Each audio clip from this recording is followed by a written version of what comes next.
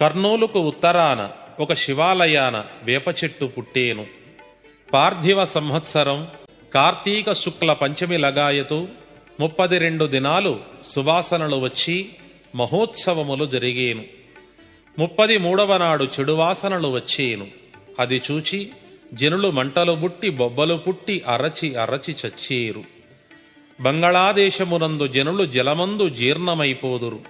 నా భక్తులైన వారికి ఎప్పటికప్పుడే నిదర్శనం కనిపించేను. భూమి అంతయు రక్తమయమయ్యేను. పాపాత్ముల రక్తము భూమిలో ఎంతగా ఇంకిపోవునో భూభారము అంతగా తగ్గిపోవును. సీమలోనికి చోరులు దూరి స్త్రీలకు గర్భస్రావాలు చేసేరు. క్షత్రియుకులము నాశనమయ్యేను. నన్ను నమ్మిన వారికి, నన్ను నిత్యము పూజించిన వారికి నా రక్షణ నిరంతరము కలుగును.